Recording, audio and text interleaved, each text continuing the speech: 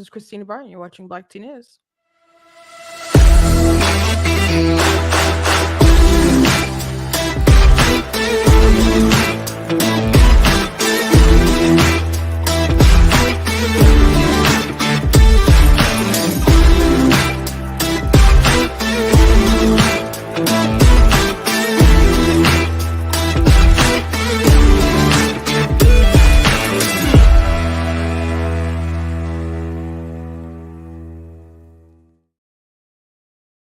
Hello. Welcome to Black Teen News. I'm your host, Christine Barton. Today we are going to be talking about this really dystopian sort of worldview that the Biden administration has regarding military readiness and the necessity of paying for women's abortions. Kind of like, oh, we got to do that so they can go out and die for us or fight for us. And um, I don't know.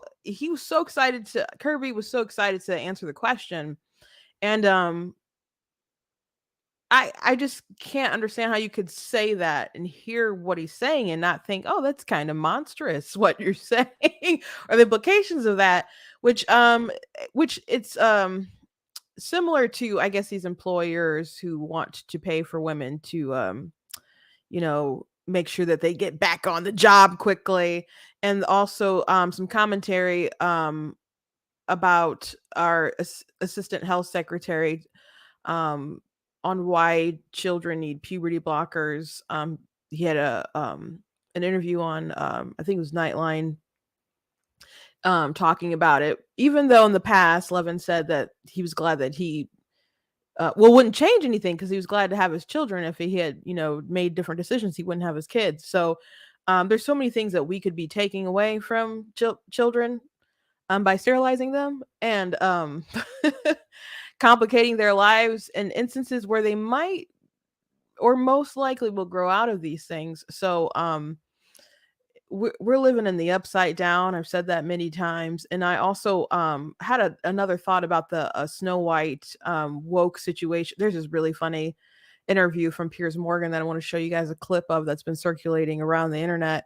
But I don't think Disney probably made the decisions that they made on their own about casting their dwarves, because if you recall, which we covered this last year, Peter Dinklage, who starred in Elf, and he starred in the Game of Thrones, is what most people know him as.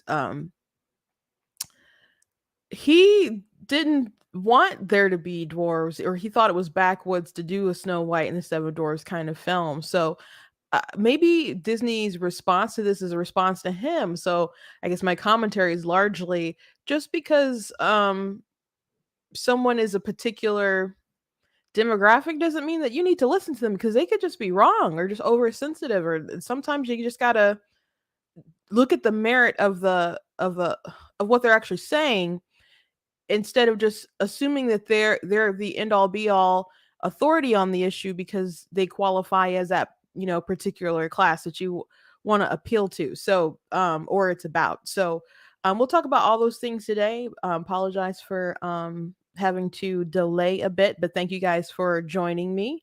Those of you who are watching live, those of you who watch it back later.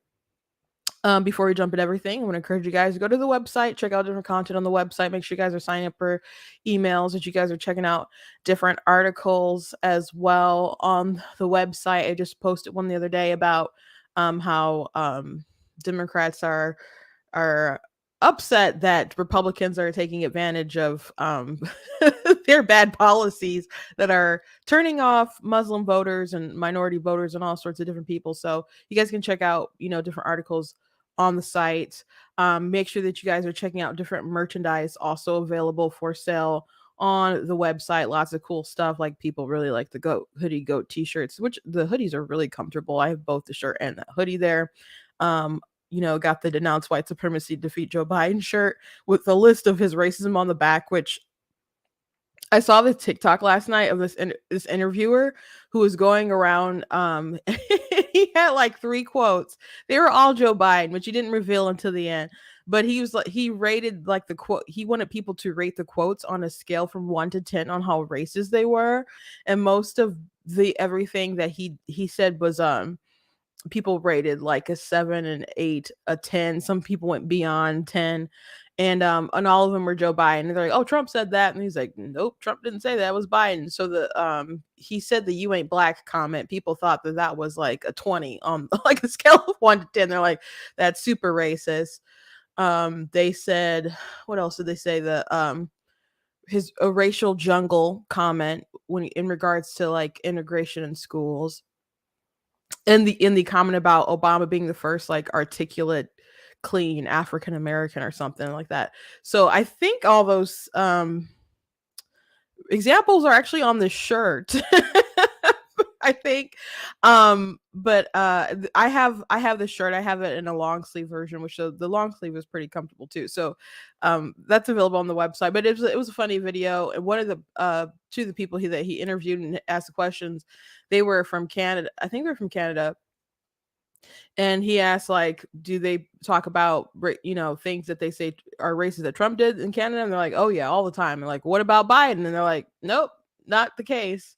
And so people were able to see that things were pretty skewed. One of the groups of people were clearly like Trump supporters, though. But the other folks, thought that were surprised. Well, I don't think they were surprised. They weren't really, which is funny. I mean, they thought it was Trump and not Biden. But when they heard it was Biden, they're like, "Oh, we're not really surprised." I'm like, that says a lot. I did an article, I guess during the 2020 campaign about why is it that the Democrats ignore Joe Biden's racism, because that they clearly do. They clearly do.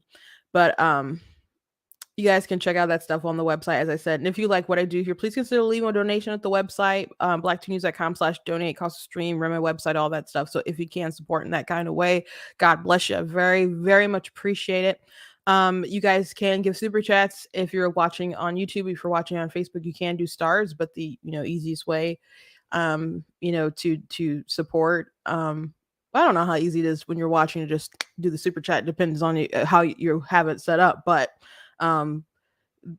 if you would like for like YouTube or somebody to not get that cut, you guys can just go to the website and do it that way. And I know some people don't want to give their info to like Facebook or YouTube, which I understand. So anyway, I did have a video that that is funny. You guys know I like to start with something funny. It's not like laugh out loud funny. It's just like, oh boy, this administration sucks. And they got caught in a situation. Secretary Blinken was complaining because they're saying that the Senate is holding up different confirmations, and the reporter is just like, "Bro, you didn't even nominate people for those positions yet." So it's just kind of cringe, secondhand embarrassment kind of situation. But I don't know. I thought I'd share.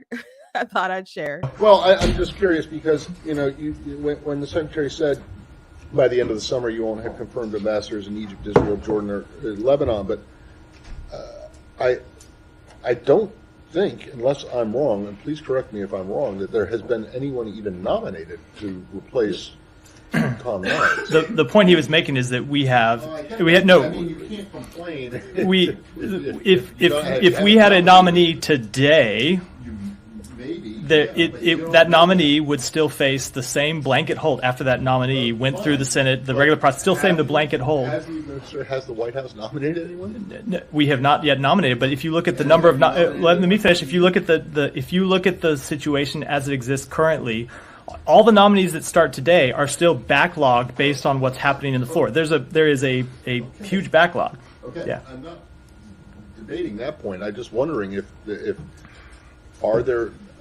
have there been people nominated for those four posts? We have. I don't have the full. I think at least one of them has been. Yeah, but certainly no one for Israel. That's right. Well, the ambassador for Israel just stepped down in the last 2 weeks. Yeah. So, Well, yeah, but you're complaining the about point- something that's going to happen later this summer, but you don't even have anyone in the I would be pipeline. more than happy to withdraw the complaint if the Senate decides to start moving on our ambassadors expeditiously, and we can count on the ambassador to nominee to Israel to be moved through unanimous consent, as these typically have been. We're going to make some news about who would be nominated. I don't think I should do that. Ambassador United States. Cringe. So yeah, that's our administration complaining about people that aren't going through the process, that aren't even nominated or at all. So anyway, the Biden administration is pretty wacky. Well, first I want to mention I posted a short about this on YouTube, and I posted this on TikTok, but yesterday someone was going back and forth with me a little bit about trans issues, and they're like, it was none of your business what people decide to do as far as like their health care. And so I think this comment originated on a video with Chloe Cole testifying. I can double check to be sure, which Chloe Cole went through puberty blockers, and I don't know if she went through blockers. She went on. She at least went through. I think she did blockers and hormones, but maybe she did on hormones, and then she had a breast removed when she was 15. And of course, her parents did consent to that, but her parents were told, would you rather have an alive son or a dead daughter? And said, emotionally blackmailed them into compliance because they made, them fear that their daughter would die. So,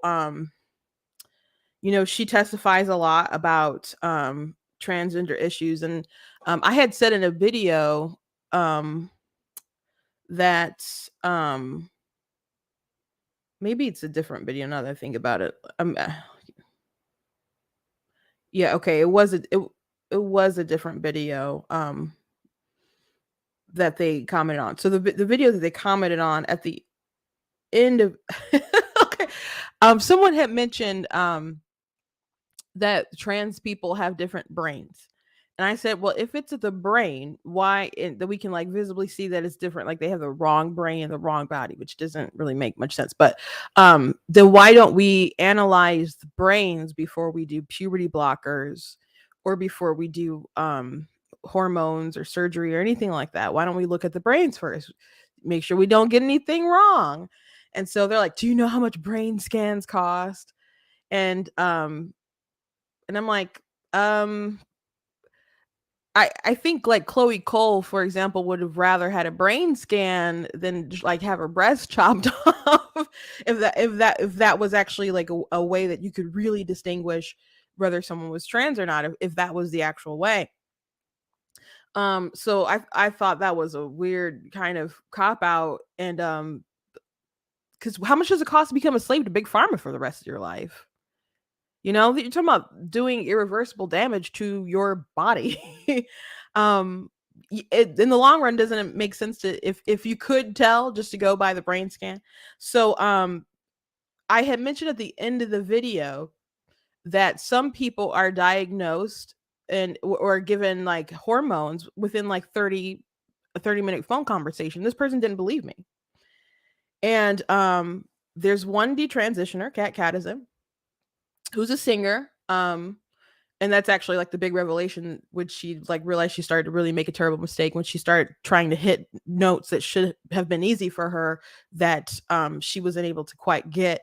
And her story's more complex than that, but as a singer, that's something that I could really relate to, that particular horror.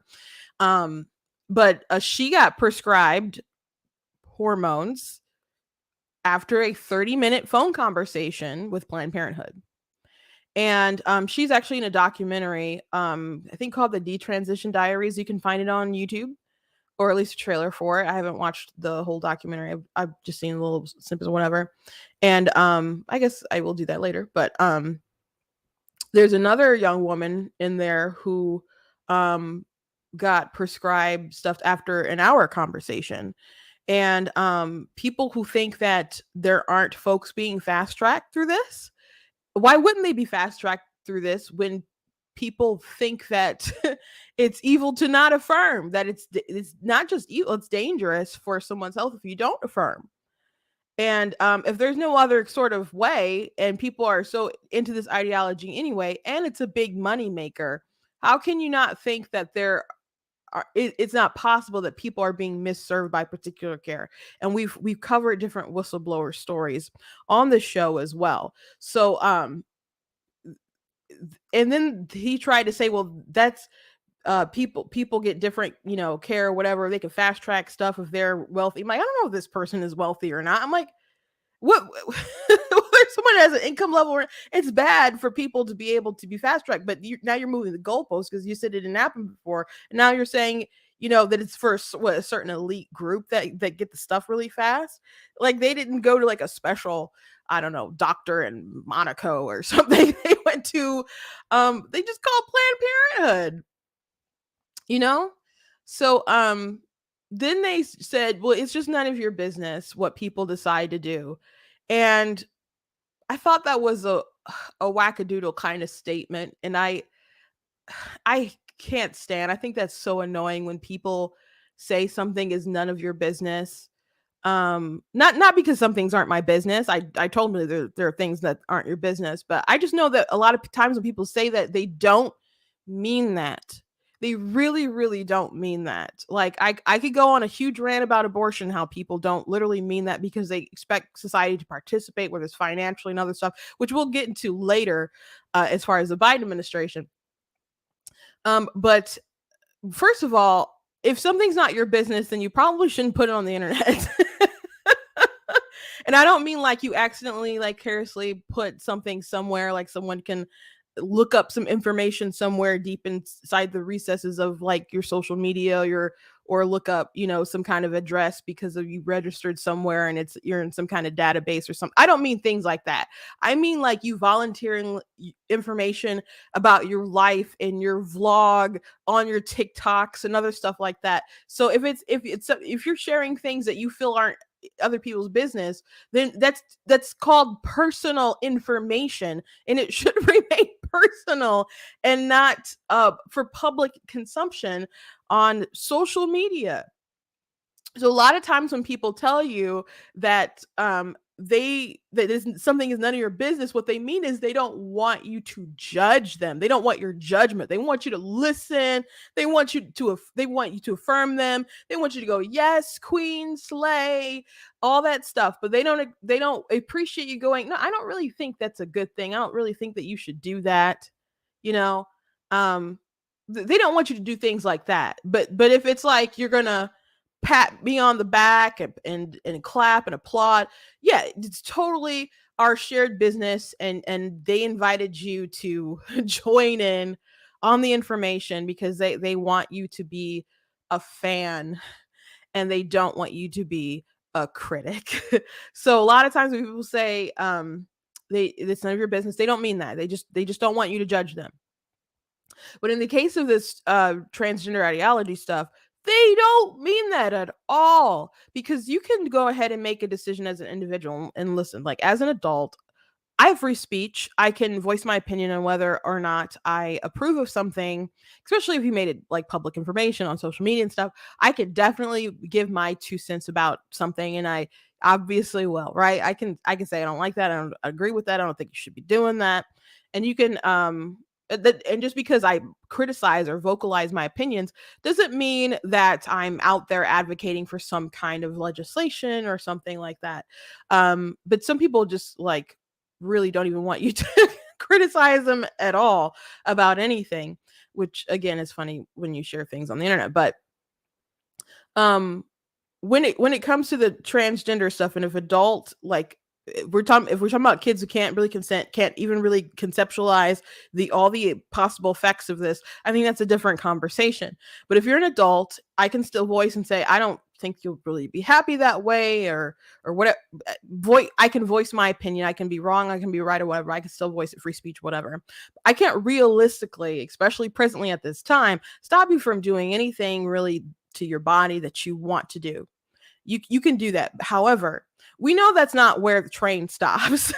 We know that's not the end of the line. We know that if a man decides to alter his body and he says that he's a woman, and if he wants access to my bathroom or my locker room or my women's spa or women's sports, people expect women to just be okay with that.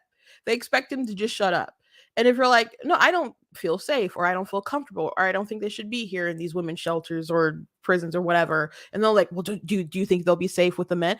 And it's and then they try to make you feel bad and guilt you out of a situation, even though you yourself don't feel comfortable for whatever reason. Maybe it's now. I think beyond safety, there's also just a feeling of being comfortable because one, you might feel like your safety is compromised. Two, you could just be uncomfortable and not feel like it's a life and death situation, but still be like, you're in my space, get out of my space. And then there's also like the principle of the matter, and I think all of them are important, because it's like, if this is a sex segregated space and you're trying to enter my space because you believe you're a woman, that's not true. So no, you can't be in my space because you're not a woman. So I think there's more factors. I think there's at least 3 that I can think of off the top of my head. So they expect you to just go along with it. If you use a wrong pronoun, people say that's violence. I showed you guys a video yesterday of Scott Nugent, and he was in an interview, and he was saying that trans women shouldn't be in women's sports. And Scott is a trans woman, is a woman, a biological woman, which you don't really need to see biological, this is redundant, but Scott's a woman. And Scott has done enough surgeries and stuff that Scott, visually looks, like a male, and he knows that he messed up. So I think Scott just refers to herself as a biological female, and it says, that she's a woman. We'll just lay that out there, and is very, very, I made a mistake, leave the kids alone. Scott was in What is a Woman, and Scott showed different scars and said, probably won't live long because they did all this stuff to their body, and Scott's sick all the time. And Scott talked about how people are slaves to big pharma and all this other kind of stuff. So Scott was saying that no, trans women don't belong in women's sports. And the interviewer said, why do you want trans people to unalive themselves? That's how quick they just jumped to that. And Scott's like, you are spreading lies to people, and you are causing real danger. You're causing real harm, but people try to emotionally blackmail you to affirmation for this whole entire identity. If I say, don't call me cis, if I say it's a slur, if I say it's not appropriate to use for me because I'm not cis, people get so upset. Like, oh, you think you're better, or oh, you think we don't exist, or you're transphobic. It's like, no, I don't have a gender identity. I just am a woman. I just am a woman. I don't identify as a woman. So it literally doesn't apply. You're saying something that's untrue. I don't buy into your religion. It's a concept. It's a belief that everyone has this unique gender identity. I don't buy into it. You are what you are. It doesn't, and what you are doesn't make up the whole of who you are. But as far as the gender identity, don't buy into it. So don't force labels on me. Like, you don't like labels to be forced on you. I don't have to play by your rules, but you could at least play by your rules and respect that other people don't want to be called these things, since it's so important to you. Right?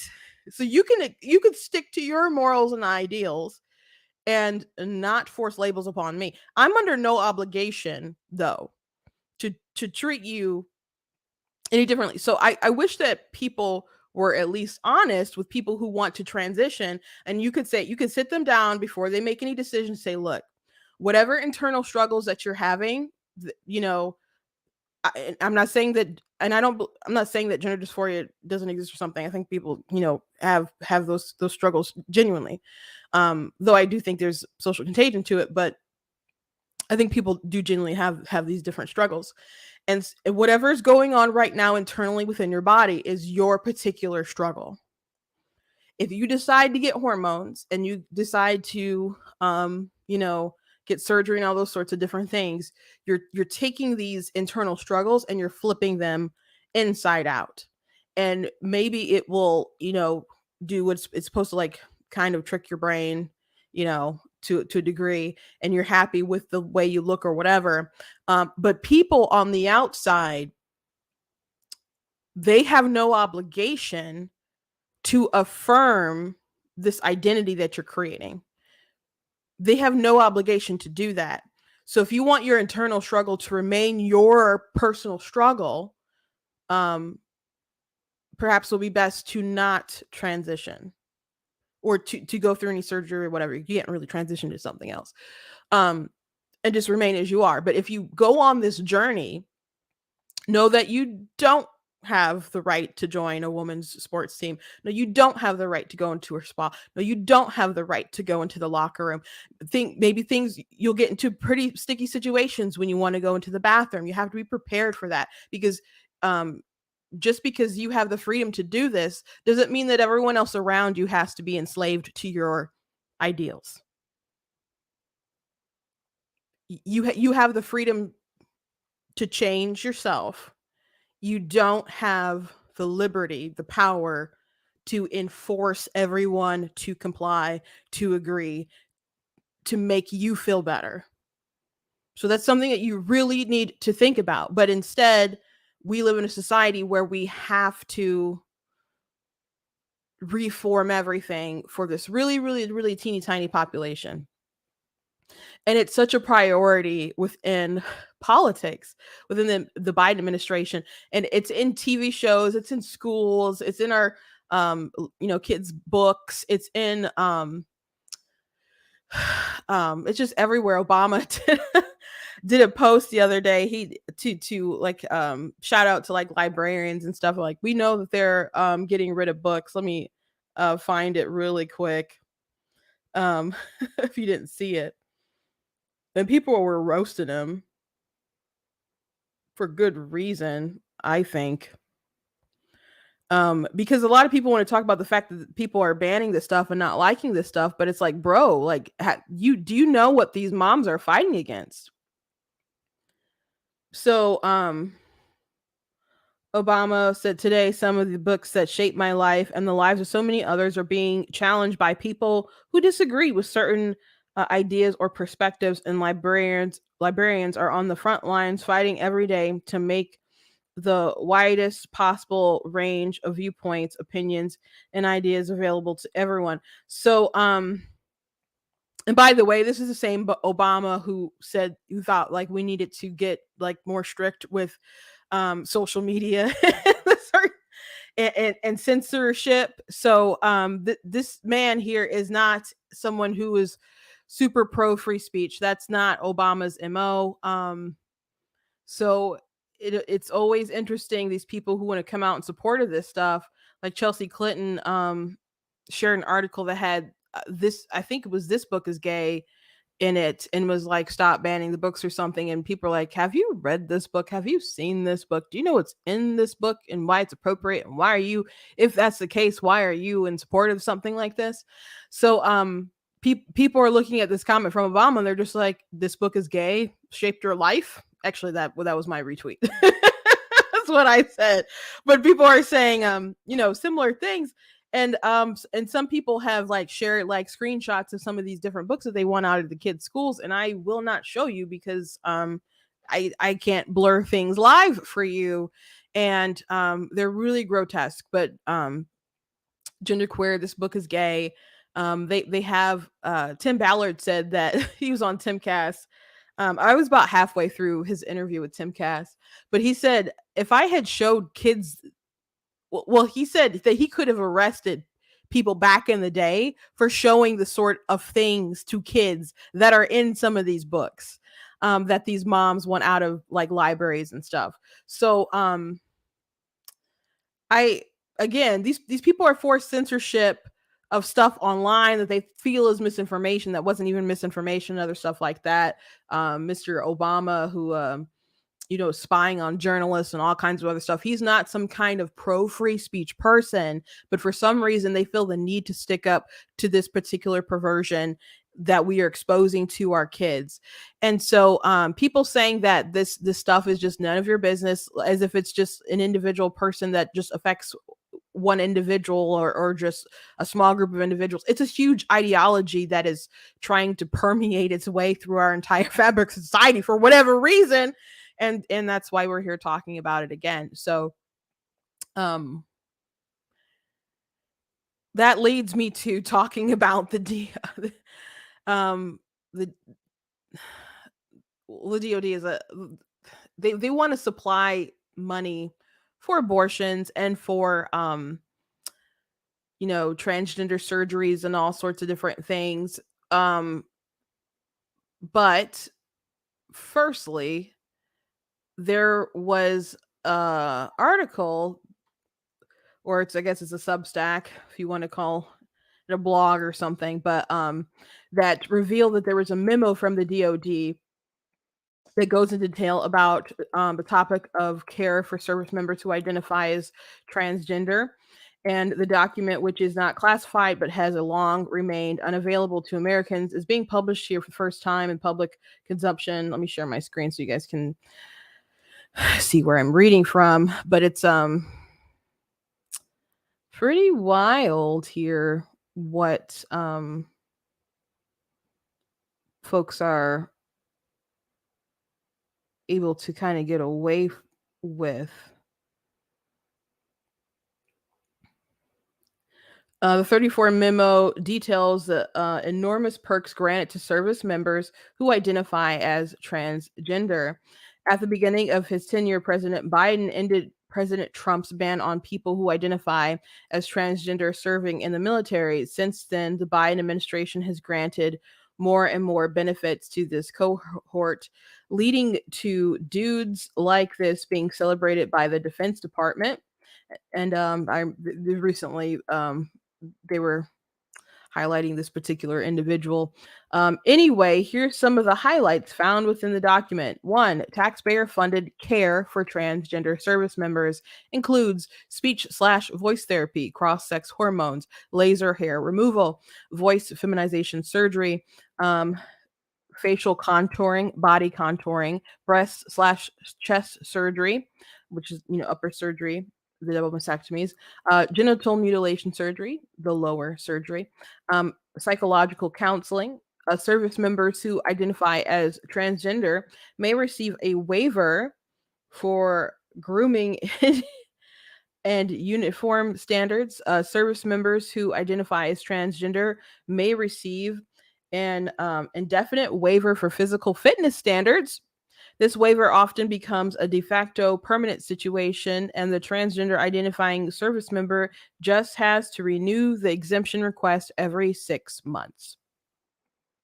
Service members who identify as transgender will be considered non-deployable for up to 300 days while taking hormones for their transition period. Again, given that these hormones are often required for life, this may render the transgender identifying service member as permanently unable to deploy. The United States military is facing the worst recruiting environment since 1973, when the conscription era ended and the current all-volunteer force was formed. As the Defense Department memo makes clear, the U.S. military in 2023 represents more of a social welfare and social justice program than an entity purposed with defeating an aggressing army. So they have the document if you guys want to go through it. Let me just go up to the front so you guys can see who wrote this article and you check it out. So it's interesting here that you can get waivers and stuff, and they're concerned about readiness when you contrast this to what I'm going to play what Kirby said about why we need to pay for women's abortions in the military, because they want people to be ready for action, I guess. So why these waivers, why put people through these particular surgeries and other things? it just doesn't make sense. There's people who don't qualify for the military for all sorts of different things, and they're willing to chop off breasts and do bottom surgery and all these kinds of different therapies for folks. And it's not a social club. You go there to defend America's interest across the world, and you know um, to defend liberty and freedom and all that stuff. So if you're going to the military for it to be some kind of super woke club, that's not good, man. It's not good. So there's that. There's also our assistant health secretary who was interviewed and asked about children being on puberty blockers, and the answer was disturbing. What would you say to folks who think that they're being reasonable by saying, why can't children just wait till they're 18? Adolescence is hard and puberty is hard. What if you're going through the wrong puberty? What if you inside feel that you are female, but now you're going through a male puberty? Yeah, that's nonsense. You're not going through the wrong kind of puberty. You're trying to fix a software problem by changing up the hardware. If you leave children be, they will most likely grow out of what they feel is dysphoria. Could it be that they still feel, as an adult, that they are in the wrong body, which isn't true. But if they still feel that way, again, if they're an adult and want to make particular decisions, that they can do what they want to do. But children cannot possibly comprehend the weight of these decisions. And you have parents who try to guide them, and some of them are totally invested in the ideology and are good little allies, I guess. And but there's parents who are pressured and frightened into it. And it doesn't make sense that you have a 4-year-old and you're just and they, say they want to be a boy or girl or whatever, or they put on a dress or they point to something pink and you're like, "Oh my gosh, my kid's, trans." It's amazing that people would just jump to those sorts of things. Like, you don't have a trans 4-year-old. You don't have a kid who knew they were trans since they were 4 or something. And a lot of times these kids, they'll like if they're around their mom a lot, which most kids are, because they do a lot of the rearing and stuff, and they see you painting their nails, or you in this pink stuff, or you with sparkly stuff, or you have daughters and they're playing with Barbies and other things like that. Sometimes the kid might just want attention to feel included, and you can there's some would just allow them to do that while still acknowledging that child is a boy, and some people be like, well, we can make you feel included but still let you know that you're your action figures or something, and still try to gear them away from like kind of gendered things that we define, I guess, as things to be, particularly things that are super gendered. I wasn't into Barbie so much. I stopped playing with them when I was like 5. I thought they were kind of a waste of time, but I did have some Digimon toys and other things like that. Really an anime grown up. Still like anime. Don't have as much time as I used to for some of that stuff. And anyway, Levine was at some point ago mentioned that it was a good thing to have spent his life as a man, because he did have kids and he doesn't regret having his kids. But I have no regrets, because if I transitioned when I was young, and I wouldn't have my children. I can't imagine a life without my children. And so every experience led me to here. And so how could I regret that? So there you go. There's people who go through their lives, and I know somebody who's a subscriber to me. They have a channel where they talk about trans widows, where there are women who are married to men who come out as trans, and then they leave them usually, and then people ostracize them for leaving their partner who now wants to wear a dress and stuff. And that's rough. That's really, really tough. And if you have those sort of thoughts and feelings and stuff prior to getting married, you should definitely disclose such things. I don't think that's something that women should have to find out on the wedding night or a couple years down the line.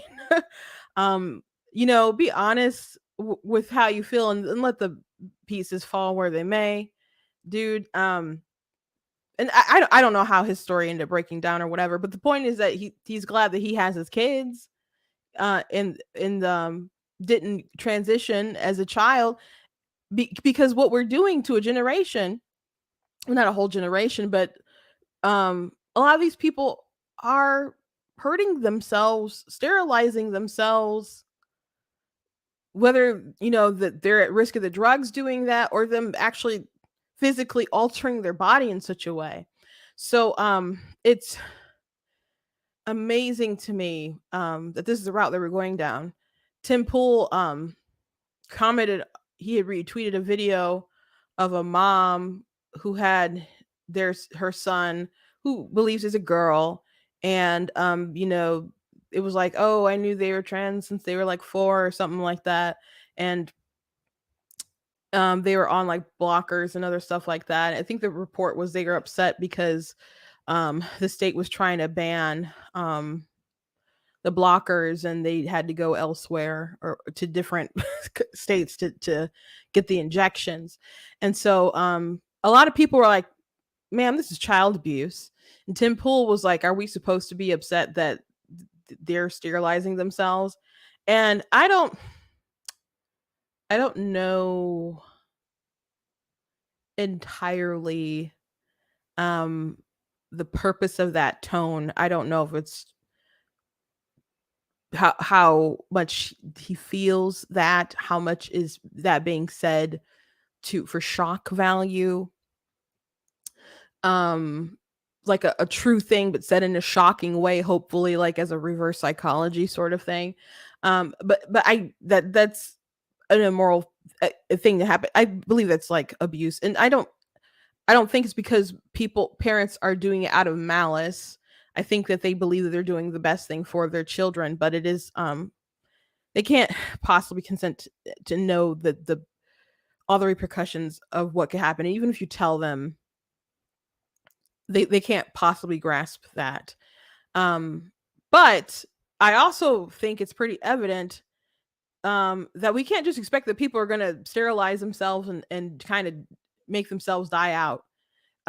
Because if we can have situations where in California they want to declare that 2 men are infertile, so they need to have access to funds or whatever, so they can buy an egg and rent out a woman's womb so they can have children, and as if they're no different than a male and a female couple who are actually infertile.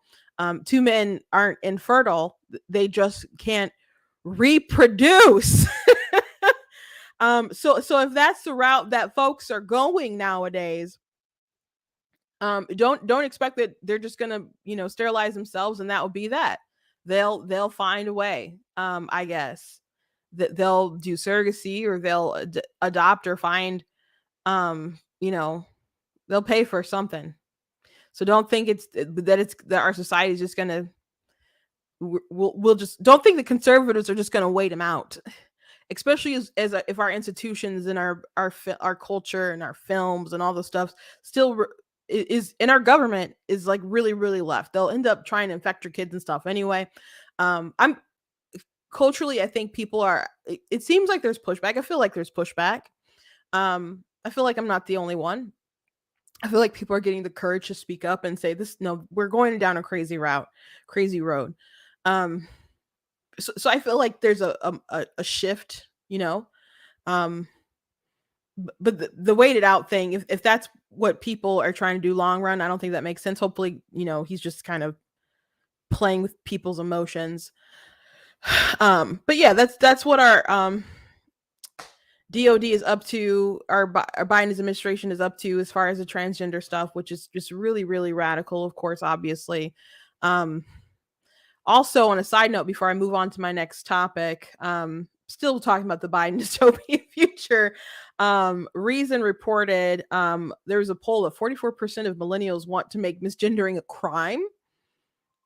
So I guess thank God that's not over 50%, but that's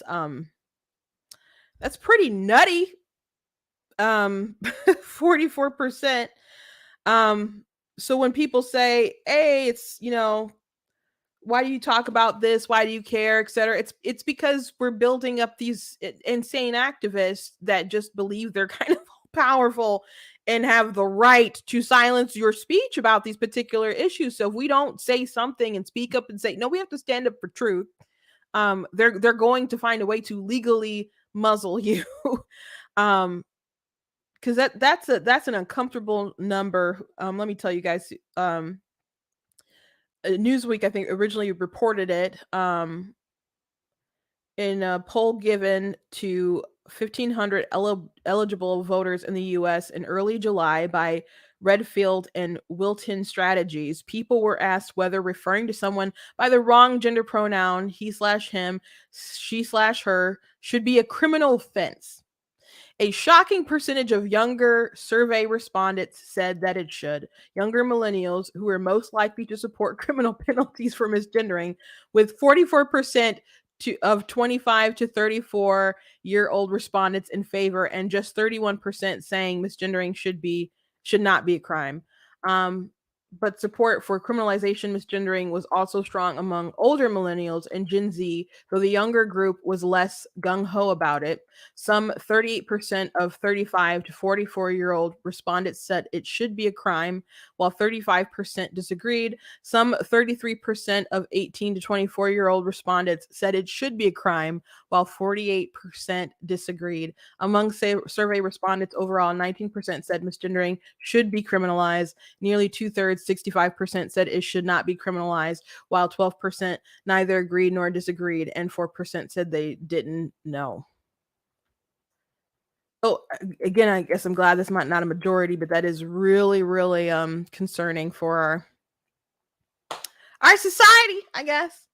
But I want to show you guys Kirbys response when he was asked about our taxpayer dollars paying for abortion for military readiness and stuff. But before I jump to that, I do want to give a shout out to a commenter. They said that they Jennifer said that she bought Super Kid.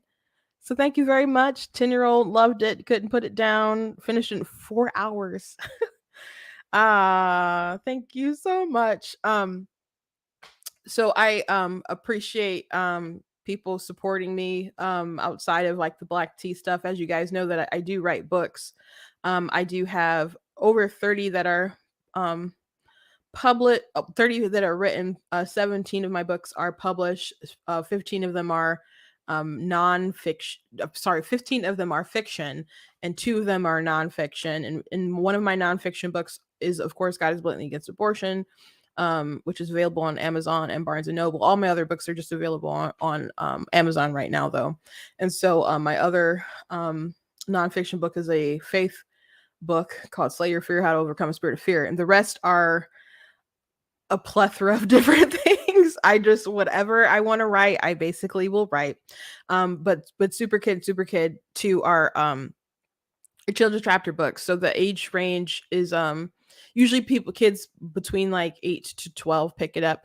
I get 8 to 10 is really kind of more the sweet spot, but I've had kids as young as 6 pick it up and read it in a day. And so I'm very flattered, especially when kids read it really fast and they really, really like it. And it makes me really happy. So thank you for supporting. Thank you for reading it and reporting back that they really like that. I hope that you will leave a review on Amazon, and I guess get Super Kid too. But for those of you who don't know the background, the story is about a boy with an overactive imagination named Felix. So he believes he has superpowers. He doesn't really have superpowers. So he becomes Super Kid. And so Princess Lady Diva, his friend Kiara, joins him. And so she knows it's not real, but she's really too smart for her own good. And she keeps him out of too much trouble, but also gets him into trouble. But she just really likes him and wants to see him smile, be happy and stuff. And so they help out this other kid in their neighborhood named Lee. And so he thinks it's all real. So he asks them to train him. So he's like the little Batman kind of their team. So he becomes Stickman. So they just go around the neighborhood just really trying to do good. And in the sequel there's a really big bully that seems very impossible for Felix to defeat. And so they really have to ask the question, what do you do when you have to face an impossible battle? So the villain is he names him as Frostbite. So a lot of these stories are based off of there's definitely a lot of things that are reminiscent of my childhood and stuff. Like he lives on a big hill because I lived on a big hill. There's a move that he does called super jump, when he just jumps on people. I did that as a kid. But most of the inspiration is largely from my dad and his fantastical stories when he was a boy. And I was like, let me put this in a book. So details are, changed, but they're very, very the heart of the story is very true to my dad's imagination as a child. So I'm very glad that you checked it out, got it, and I'm very, very happy to hear that they liked it. So thank you very, very, very much. I wanted to mention it before you maybe popped away. So again, thank you. Anyway, let's look at the conversation here about abortion and the DOD and why they feel that they need to pay for abortion. So this is another thing. I start off saying that people say something is none of your business, and they don't really mean that. And I'm not going to go into my full rant that I could go into today about how that applies to abortion. Someone had mentioned this and had said it's none of your business or whatever, that it's a personal decision between a woman and her doctor, and a comment on YouTube. And I said, no one literally believes that though. Like, no, who believes that? Because the abortion lobby doesn't believe that, because they put like in California there was like a lawsuit because they were you had like a Planned Parenthood's like advocacy group, I think it was, kind of petitioning to the government to try to get Christian organizations their insurance to pay for and cover for abortions and other things like that.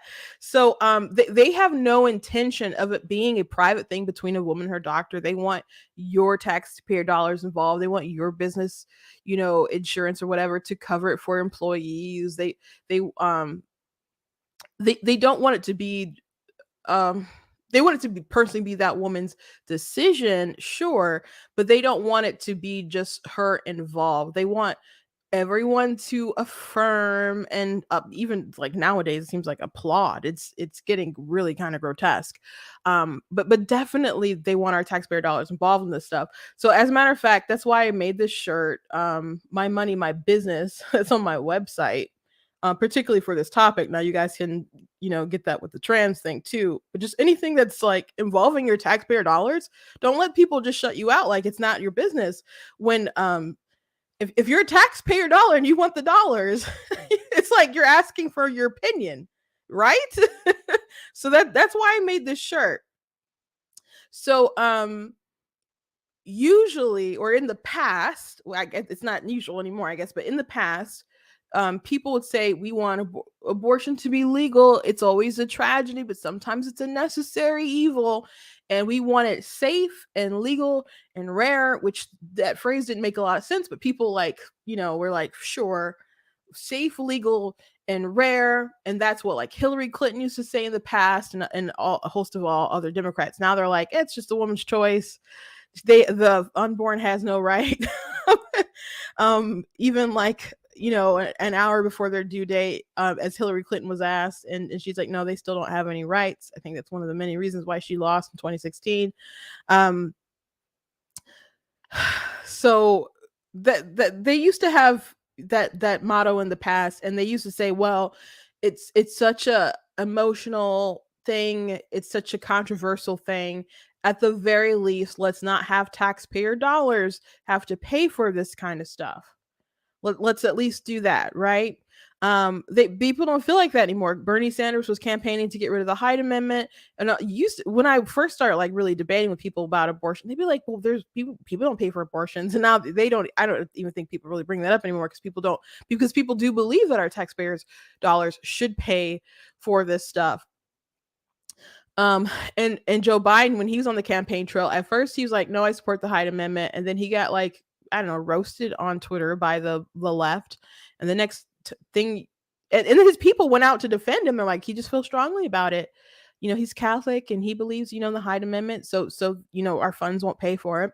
And then all of a sudden he flipped, and at the debate stage with Bernie Sanders, he's like, I never really supported Hyde. You just had to vote for Hyde because it was wrapped up in other bills. It's like, so this deeply held thing that your people went on TV saying that you're a good Catholic and you want, taxpayers to not have to fund abortion. That was just all crap. You always believed that. So, he was lying at some point because you can take your pick. You can take your pick as to when. So when people say it's not your business, they don't mean that. They just don't want you to judge. So there's some things in this life really aren't your business. That's true. But this particular topic, they want your money to fund stuff. They want you to affirm. They want you to support. There's a whole movement that's shout your abortion. That's pretty grotesque. But this is pretty dystopian in my opinion.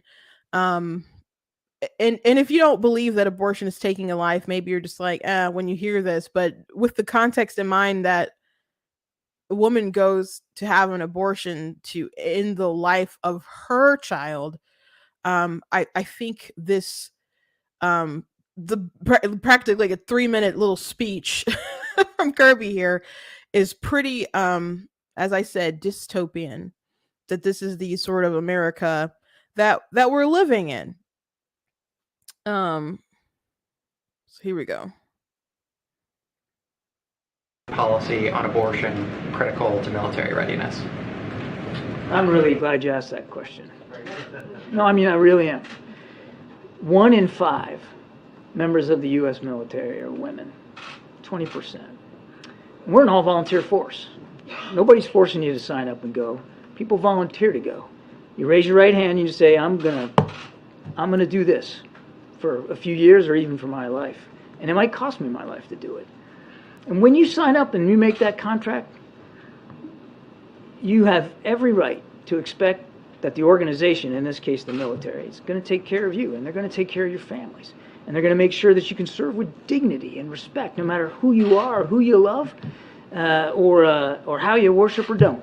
And our policies, whether they're diversity, inclusion, and equity, or whether they're about transgender individuals who qualify physically and mentally to serve, to be able to do it with dignity, or whether it's about female service members, 1 in 5, or female family members being able to count on the kinds of health care and reproductive care specifically that they need to serve.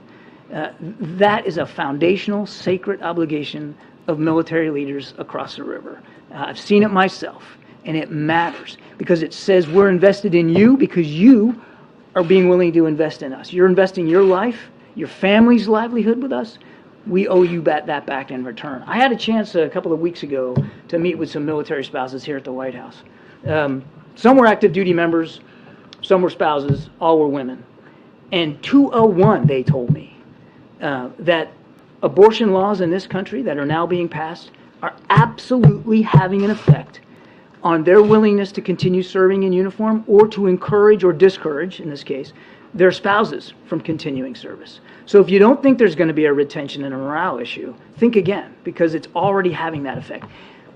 I have a son in the Navy. I think you all know that, and son-in-law too. They're both stationed down in Norfolk on destroyers. And they're proud to keep serving their country in the Navy, but the Navy told them where to go. You go where you're told. That's the way orders work.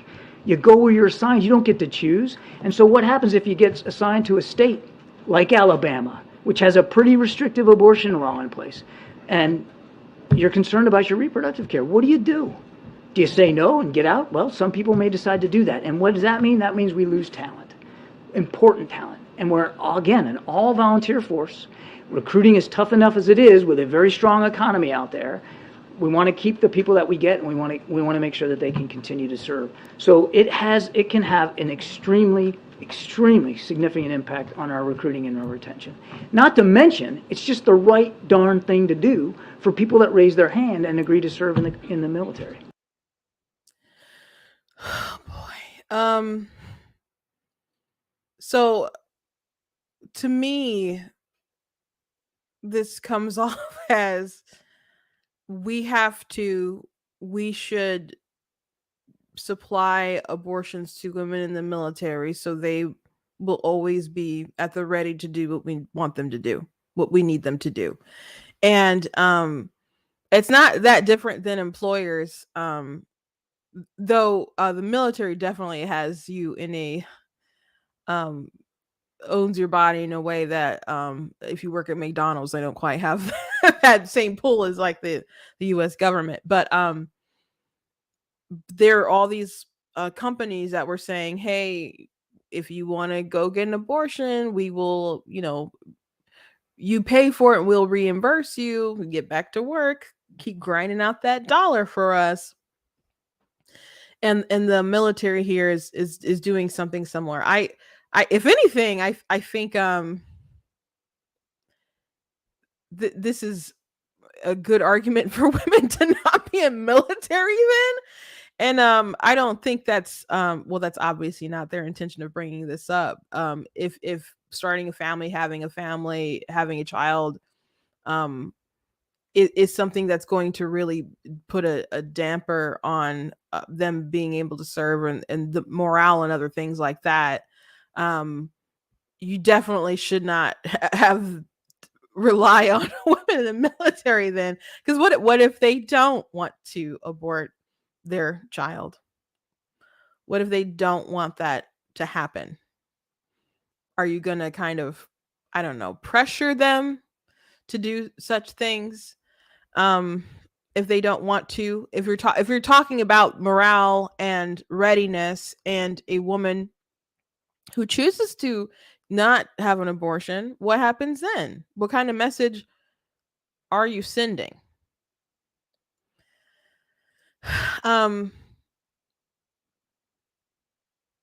If it's the reason why we've had like the Hyde Amendment, again, it's people have just considered like this is such a touchy subject that is so immoral to so many people, and we used to respect that it was a not good thing, but people still felt that in certain circumstances it needed to at least be available, but we certainly don't want it happening a lot. And FYI, for those who don't know, I know everybody watching isn't always from the US, but we have about 1 million induced abortions in the US every year. If you go to the CDC, you're not going to find numbers quite that high because you don't have to report the numbers to the CDC. Just FYI, states don't have to report that information. So state like you might be looking at data and it's missing California. So if you're looking at abortion data from the CDC and it's missing California, that's a big chunk of the numbers not there. So most people go to like websites like Guttmacher that find other ways of calculating it, and people on the left and the right both pretty much trust their numbers. So you're getting closer to 900 and something thousand abortions, at least that we know. So that's a lot, and some people are under the impression that that's just like as if that includes spontaneous abortions, which are miscarriages. Like, no, those are the numbers for induced abortions. So we're talking about deliberate abortions, and very, very teeny tiny percentages of them are health issues and SA, and most of them are like 95% of them are either unspecified or reasons for like convenience. A lot of times women will have abortions because they're doing it alone. Like 86% of women are unmarried. They it'll significantly change their lives, obviously. Um, they're concerned about finances, like how they'll cover themselves, and a child. So and you can think those are, um I don't know. Some people say that they don't believe in using it as birth control. I'm like, well, what's your definition of birth control? Because I would consider those reasons of convenience and still birth control, because you take birth control because you want to have sex but you don't want to have a baby. So if unless you have like some kind of medical emergency or something like that, um or if it was like forced upon you or something, I would consider most of the reasons to really be like birth control or backup birth control. um so we gotta understand what kind of terms we're talking about when we're talking about these subjects. um so it's happening a lot in this country, and at the very least, people who find it abhorrent don't want to have to pay for it. And there are circumstances where they make exceptions, like if someone was essayed, which I don't think that's good. I talked about this in my book, that when they were talking about paying for women in I think it was in the military, who were essayed, um, and paying for their abortions. There were a bunch of like people who were essayed who wrote to, I think, Barbara Boxer, and was like, you guys make these decisions and you don't actually even talk to women who've gone through these things, who don't want their children um, to be used as pawns. More women it seems that people know and think about, do decide to keep their children. So it's really unfortunate, how people jump to women who have been victimized, and their children who are conceived in such situations, as kind of a scapegoat, um, when that's not the majority of the cases. Um, it's like not even barely 1%. So for them to say that we just should be able to pay for this, even if they're serving in the military, if this is still like a heinous human rights violation to people, why should it matter that someone is serving the country? Like, we should just give you a pass because you're in the military. That's why we should just be like, oh, it's okay to have an abortion to kill your kid. Like, that doesn't make sense. Now, if you don't think that abortion is taking a life, then this conversation is probably meaningless to you.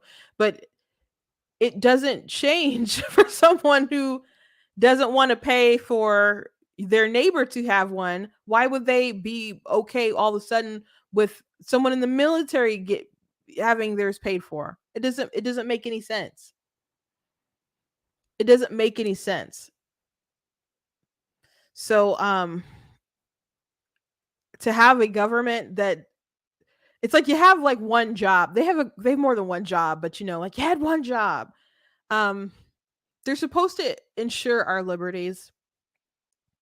That's what they're supposed to do. That's like the purpose of forming a government. Um and what's the first one that's mentioned like in the Declaration of Independence? Kamala Harris doesn't know. She likes to skip over it, but it's life, right? And if our government is just like, no, we want to pay to help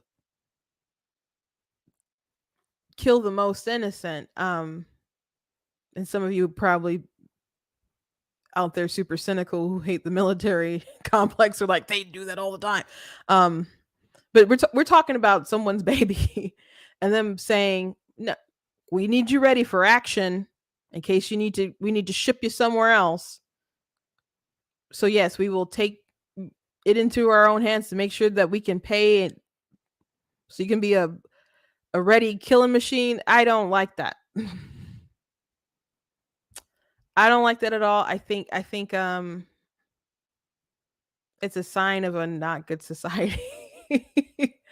um I don't know if the Biden person, there's someone in the comments who said that they were a Democrat and they didn't want Biden to be the nominee, but they said that they wanted Newsom.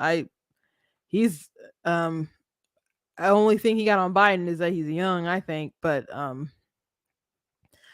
these people share similar kind of ideologies.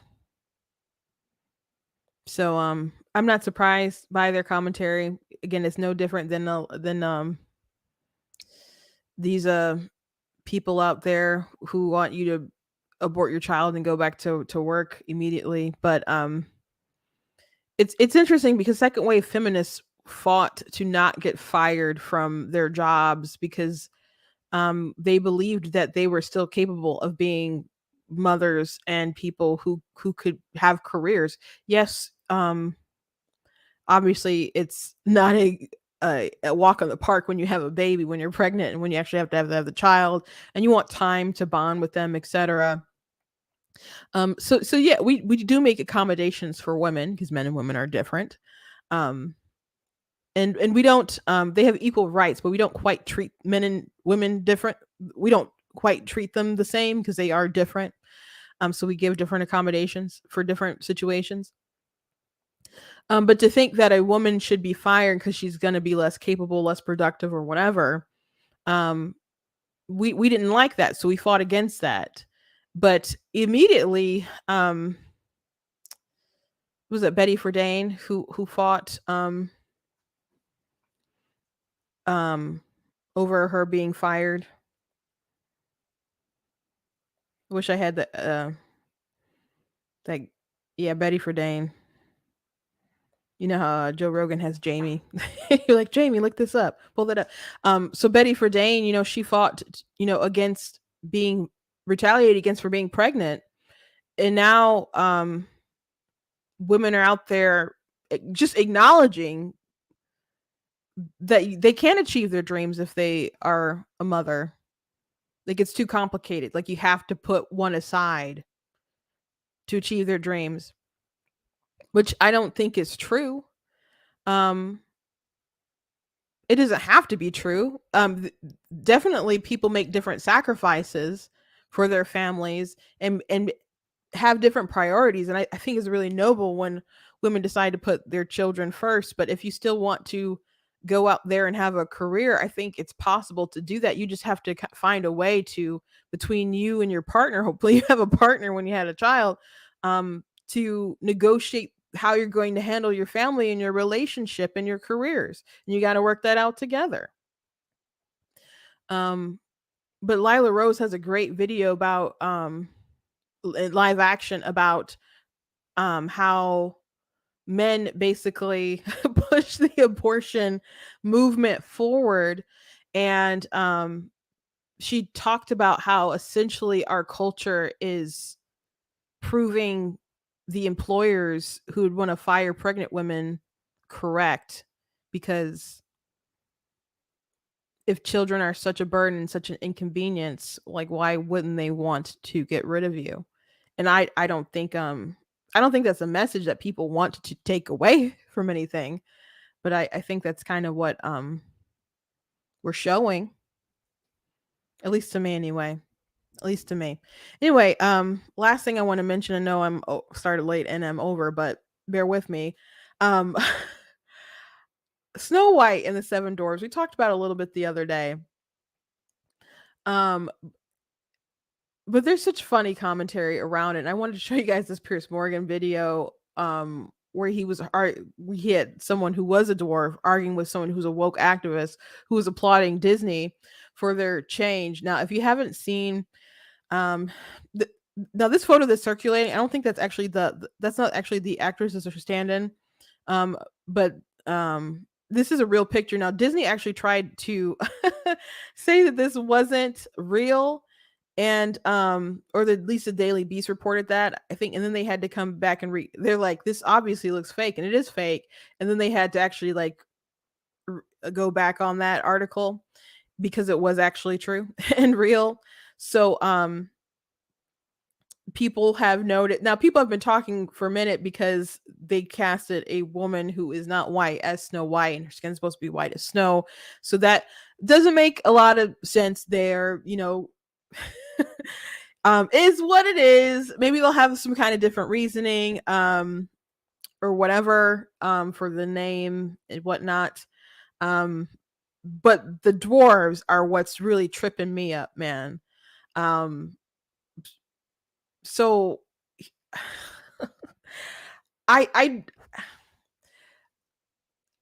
I'm not totally surprised that they went this route because I don't know how many people remember this, but last year Peter Dinklage, who was the star of Game of Thrones, who was an elf, was really upset because he heard they were doing Snow White and Seven Dwarves, and he liked the fact that Snow White wouldn't be white. He's like, how can they be so progressive here, but they want to do this backwoods story about, these dwarves living together in the woods, and he just had a really strange take about it.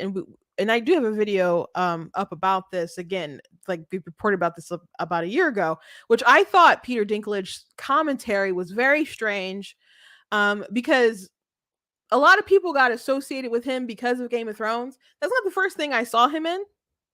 Maybe Elf wasn't the first thing that I saw him in, but the first thing I remember him from is definitely Elf.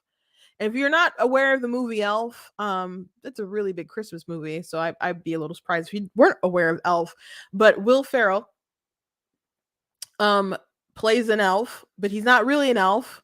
But he was raised in the North Pole or whatever, and so he goes home to find his dad and his family. And his dad works at a corporation that has children, that makes children books or whatever. They couldn't come up with a good idea or something, so they hired in this specialist who writes children's stories, and the writer was Peter Dinklage. And so when Buddy sees Peter Dinklage, he doesn't understand that there are people in this world who are just short. And he thinks that he's an actual elf who's been misplaced. So he's saying all these things that are offensive to the author, to the point where the author just starts beating the crap out of Buddy. And he's just like, oh, you're really angry, elf. And so I don't understand why it's okay for him to take a job like that, but it's bad for people to take jobs as dwarves in being dwarves in Snow White. And so I mentioned this at the time when I did the video and talking about Peter Dinklage. I'm like, Snow White and the Seven Dwarves, the dwarves are the heroes of the story. And people are like, oh, the original story. I'm not talking about the original story. I'm talking about Disney doing adaptations of their content. And I understand that they change things. I'm not like, I just think of the live actions as mostly something, different or whatever. We can complain and a lot of choices I just don't understand as far as what they're doing with their brand and other stuff. I just don't get them a lot. I think it's interesting to commentate about this stuff. It doesn't mean that I'm crying in my pillow at night because Snow White is not white and Ariel is black. It's not like something that's breaking my heart. I did find a lot of people's commentary about A Little Mermaid annoying because I'm like, you guys are being really dishonest. But that's for another day. Don't want to get too off track with that. But the Snow White thing, I don't understand, because the dwarves are the heroes of the film. They are the ones who take in Snow White into their home. Yes, she does clean and keep it, tidy and other stuff like that. But they take her in, and then when the witch comes, the evil queen poisons her. They're ready to go to war. They pick up their like pickaxes because they mine diamonds. And they all chase her. These 7 men go on the hunt, and they end up going up this mountain, and she ends up like falling to her doom, to her death. So they're the heroes of the story. Like, she liked the prince. The prince got all the glory because he kissed her and woke her up from her slumber or whatever. But they were the heroes of the tale. So they're very famous roles. When I was a child, I had like a Snow White doll, and I had all 7 dwarves and stuff. There was one that was like they like did different things. Like they would change, like Sleepy's eyes would open or whatever if you like had touched it with water, like Dopey. I don't remember what Dopey did. Like I think Grumpy's nose would Sneezy's nose would get red. I don't remember what Grumpy did. dopey. I think he had kisses that would appear on his cheeks because I think she kissed him, and bashful would turn red. So I had I had memorabilia when I was a kid of Snow White and stuff, and I had a pillowcase and stuff. So I like the film. Snow White was something that Disney really, really loved, was always trying to recapture that magic of Snow White. And so for Disney to listen, I assume, I don't know how much them listening to Peter Dinklage talk about that stuff made them decide to alter their characters. So now they only have one dwarf, and everyone else is like short looking kind of guys. One looks kind of taller, but he might just be tall relative to everybody else. And one's a woman. So they made this massive change. So if they did that because of like noise from Peter Dinklage, and they're like, oh, maybe he's right and this is insensitive for some reason, and like we got to change things up, diversify it, and we can only have one dwarf. Just because someone is in a particular group or class or whatever doesn't mean they're right. It doesn't mean they're right.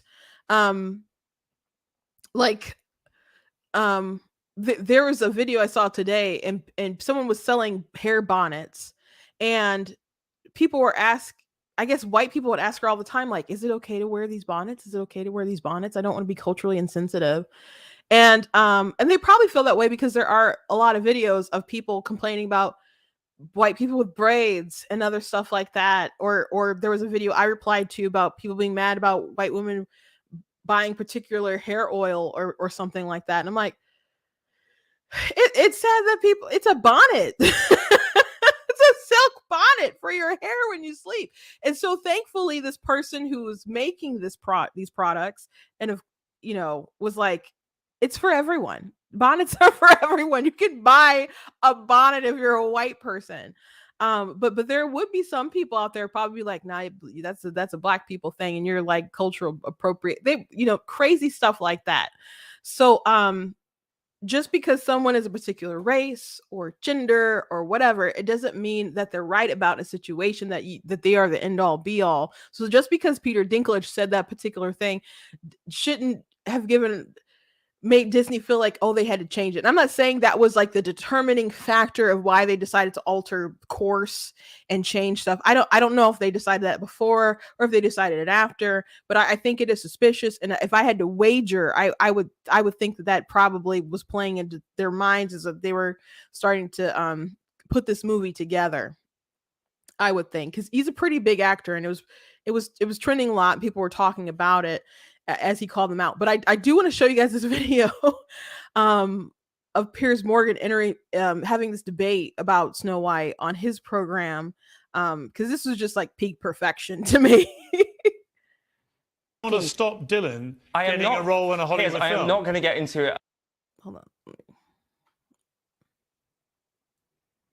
Play that back. But you, James Bond, you want to stop Dylan getting a role in a Hollywood film. I am not going to get into an attack on a dwarf. You don't want a dwarf actor to land the role playing a dwarf part. Listen, a dwarf can play a dwarf part, but I think it's important to change narratives that don't fit in today's society. And really, narrative? It might be better if dwarves just exist in normal roles everywhere, because they do exist. What was so bad about the way dwarves were depicted in Snow White? Have I missed something? Well, listen, I'm not here to talk about... That's what I'm kind of wondering as well. I don't represent Disney, but I'm just saying I think I see their point of view. What's their point of view? What was so bad about the depiction of the dwarves? Why are you so upset about a movie changing with the times and moving forward? Because I think that, honestly, with great respect... There is real news we could be discussing. No, but this is real news if you're a dwarf actor who are now out of work because of virtue-signaling idiots. But you're just who think that everything has to be rewritten to be inclusive, as a cheap when in fact it's not inclusive at all. No, you're using Dylan as a cheap shot to attack a wokie. I don't think Dylan feels I'm using him as a cheap shot. And what I would say about the wokie thing is this. I have spent the last year listening to people tell me only gay actors should play gay parts. Only Welsh actors, so Michael Sheen, should play Welsh characters. And so on, and so on, and so on. But the moment we have dwarf roles, which are the most famous dwarf roles in Hollywood history, then the only people apparently who can't play them are dwarf actors. Weren't dwarf and I roles. see there It's a cartoon, stinking Piers. woke hypocrisy. So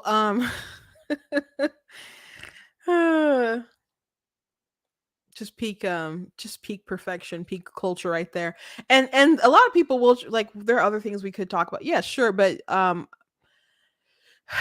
this is like a symptom of society, kind of where we're at and where we're going. So these films and stuff is kind of like a weather vane for the culture. When I talked about the Peter Dinklage situation a year ago, because I listened to my commentary about it this morning, to just kind of refresh, it was I mentioned how Disney, because I do think that they ended up replying or whatever to his comments maybe, but it's amazing how they'll jump when certain people speak out about different things, but people on the right or Christians or people who are maybe aren't believers, but they're more kind of conservative, whatever, they'll say something and Disney's just like unfazed.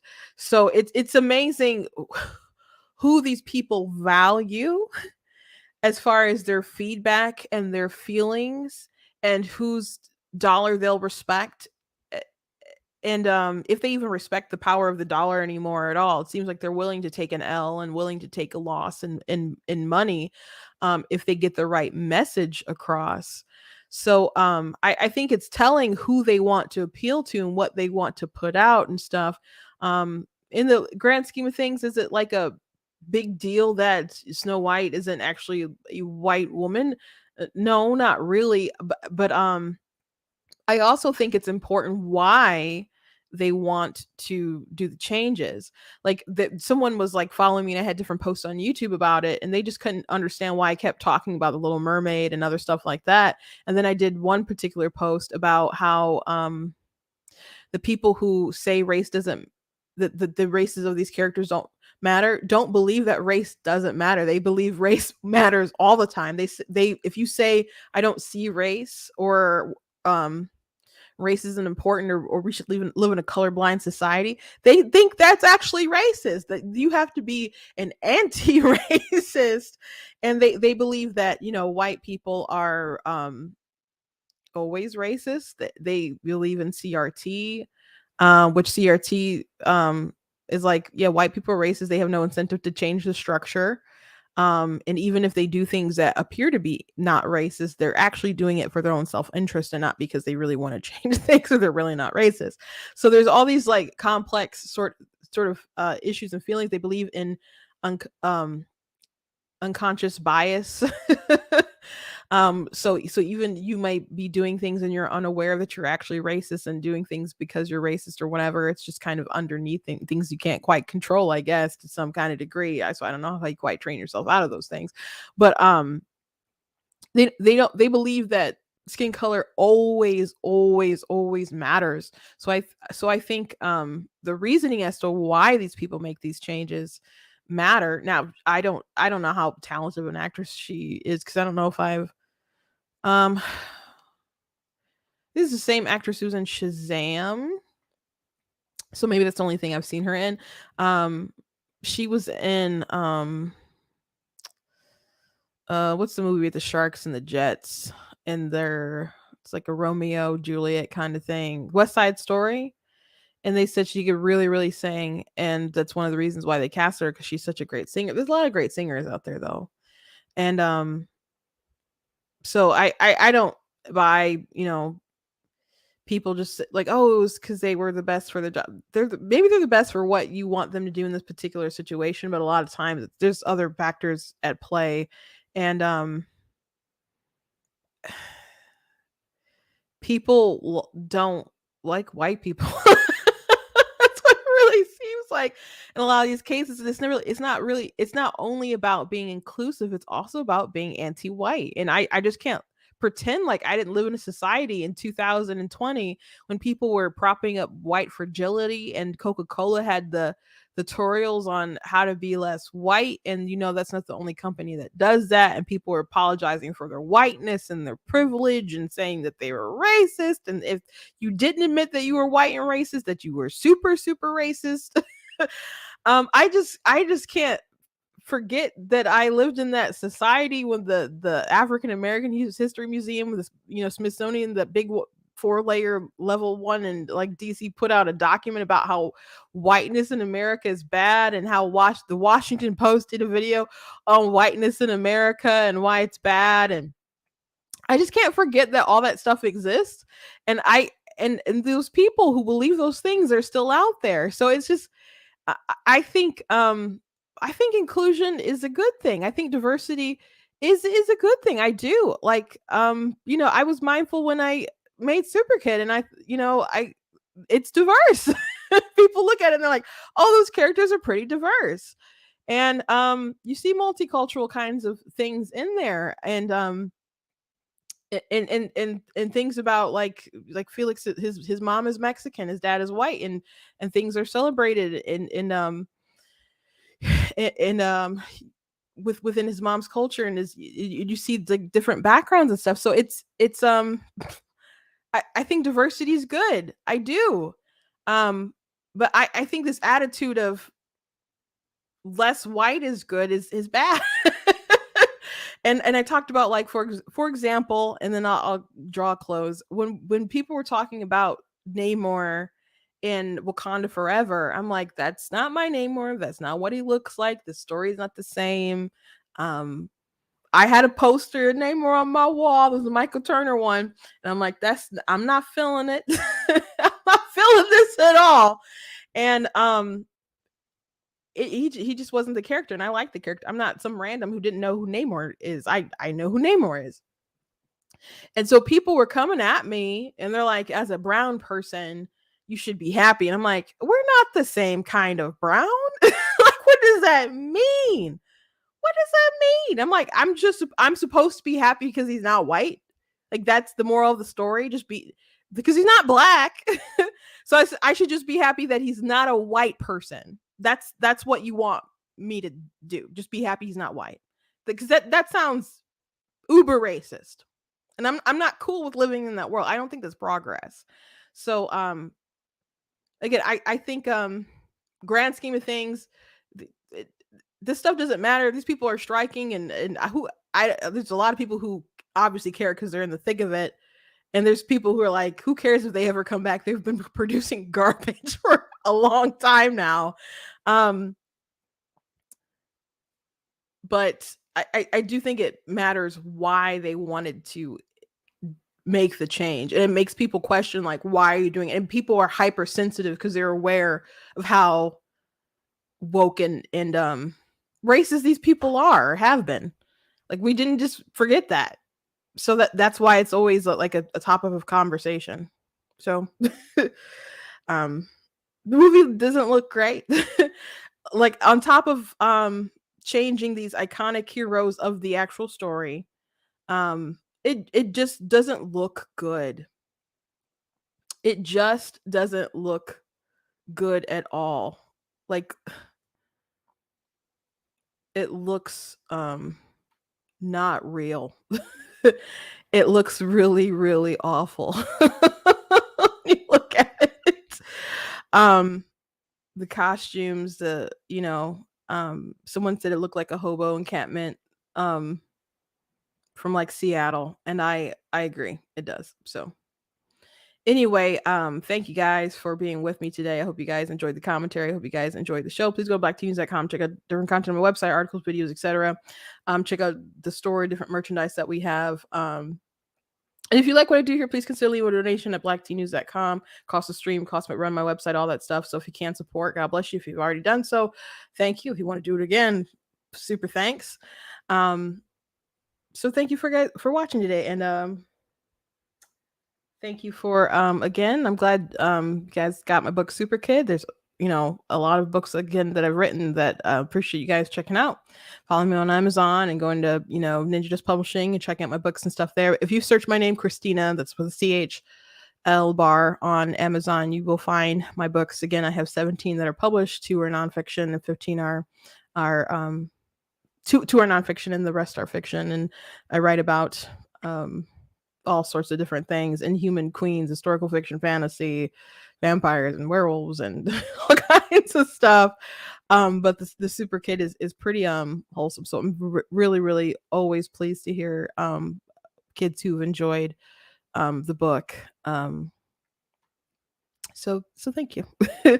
I will see you guys tomorrow, and God bless you. There could be there's a chance that I might not be live tomorrow. I will stream it the same time, but I won't be like interactive with the comments and stuff because I won't literally be here live. I may be doing an interesting interview. It may pan out, it might not pan out. If it doesn't pan out, I'll tell you guys who it was supposed to be with. So if I tell you who it was supposed to be with tomorrow, I guess you will know that I'm a live person in person with you. Hopefully it pans out because it'll be a pretty good interview, and I know you guys will be interested in it. So stay tuned, and I'll catch you tomorrow.